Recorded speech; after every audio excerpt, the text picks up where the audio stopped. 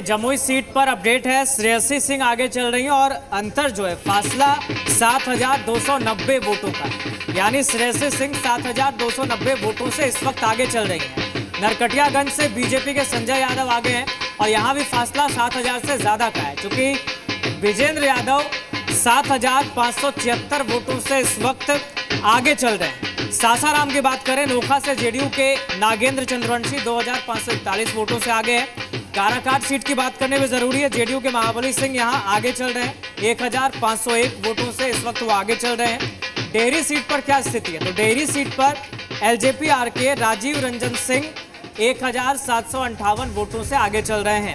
इसके अलावा दिनारा सीट से आरएलएम के आलोक सिंह 1400 वोटों से आगे हैं। लेकिन ये जो दो सीटें हैं, जमुई और नरकटियागंज के अलावे सुपौल की बात करें, तो जमुई और सुपौल की सीट अगर आप देखते हैं तो जो अंतर है, जो फासला है, वो 7,000 वोटों से अधिक का है। अभिषेक जी बिल्कुल राहुल, तो जाहिर तौर पर तमाम सीटों के आंकड़े जो हैं बता रहे थे और कृष्णकांत जी हमारे साथ हैं, अपनी बात पूरी करें। कृष्णकांत जी, देखिए किसी भी खेल में जो बैट्समैन तो अच्छा बैटिंग करता ही है और बॉलर भी अच्छा बॉलिंग करता है, बट पार्ट टाइम बॉलर और यदि बॉलर यदि बैटिंग अच्छा करता हो तो वो क्रिकेट टीम में भी आपने देखा मैच हमेशा जीता होता है।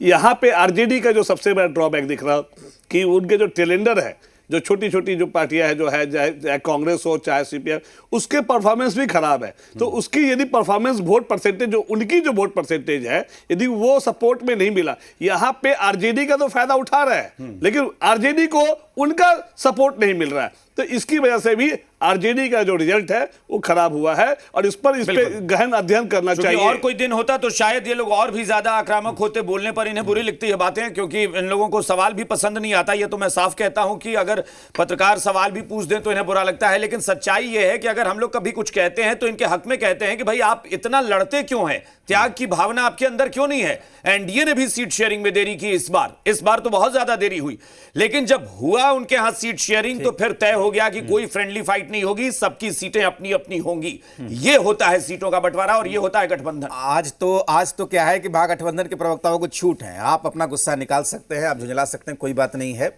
आंकड़े आपके पक्ष में नहीं है, लेकिन सवाल ये उठ रहा है किस तरह के आंकड़े क्यों आए। प्रवीण बागी जी इस वक्त हमारे साथ जुड़े हुए हैं। प्रवीण जी, आप सुन पा रहे हैं मुझे? हाँ, तो क्या कहेंगे, एग्जिट पोल गलत हो रहे हैं? अगर 2/3 बहुमत मिलता है एनडीए को तो एग्जिट पोल तो फिर गलत होंगे। हाँ, एग्जिट पोल तो गलत होंगे और इसकी आशंका खरबूजे पर चाकू गिरे या चाकू पर खरबूजा, एग्जिट पोल तो गलत होना ही है, गलत होना ही है। और ये संकेत कल सुनील सिंह ने दे दिया था, जिस तरह का बयान उन्होंने दिया था कि या तो हमारा कार्यकर्ता बूथ से लौटेगा या अधिकारी लौटेंगे, और गड़बड़ हुई तो नेपाल और बांग्लादेश बन जाएगा बिहार। तो इसका मतलब साफ था कि उनको ये डर था कि हम हार रहे हैं, तो वो धमकाने की कोशिश थी कि मतदान अधिकारियों को धमकाइए, काउंटिंग में जो लोग लगे हैं उनको धमकाइए और भय पैदा कीजिए विपक्षी खेमे में, ताकि उनके पक्ष में कुछ चीजें आ सके। इस जो अभी तक जो संकेत आ रहे हैं उसका दो परिणाम मैं देखता हूं, उसकी दो वजहें मैं देखता हूं। एक तो कि जनता ने एक बार फिर से जंगल राज की अवधारणा को नकार दिया है, और दूसरे इसमें जन सुराज और कांग्रेस की भूमिका भी अलग अलग महत्वपूर्ण रही है। जन सुराज की भूमिका जो रही है कि नौवीं फेल उन्होंने इतना शोर मचाया कि उसका फायदा वो तो नहीं उठा सके जन सुराज के लोग, मगर एनडीए को उसका फायदा मिला। और राहुल गांधी ने वोट चोरी एसआईआर का मुद्दा इतना ज्यादा उठाया कि उससे लोग बिदक गए और जिसके चलते राजद पर असर पड़ा, उसके वोट घटे उसके। तो इन दोनों ने अपनी अपनी भूमिका अपने तरीके से निभाई है, इनको नकारा नहीं जा सकता है। और नीतीश कुमार जो सर्वोत्तम विकल्प था मौजूदा विकल्पों में बिहार में, उसको लोगों ने चुना, उसके लिए लोगों ने वोट किया। तो ये वजह मुझे लगती है कि जो अभी रुझान दिख रहे हैं, हालांकि अभी इसमें बदलाव हो सकते हैं, अभी समय है। लेकिन प्रवीण बागी जी, आपको लगता है कि अभी भी महागठबंधन समझने को तैयार होगा?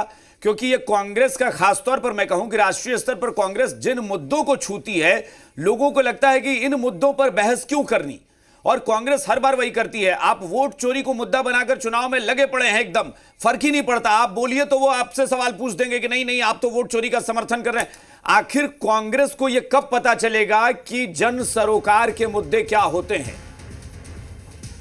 वो देखिए। प्रवीण जी, मैं आ रहा हूं, आपको रोकना दिमाग चाहता हूं। इस वक्त कुछ आंकड़े हमारे पास आए हैं सामने। 182 का आंकड़ा छूता हुआ इस वक्त एनडीए, यानी कि 3/4 बहुमत के पार, और 60 सीटों पर सिमटता हुआ इस वक्त इंडिया गठबंधन दिख रहा है। न्यूज रूम का रुख करेंगे राहुल।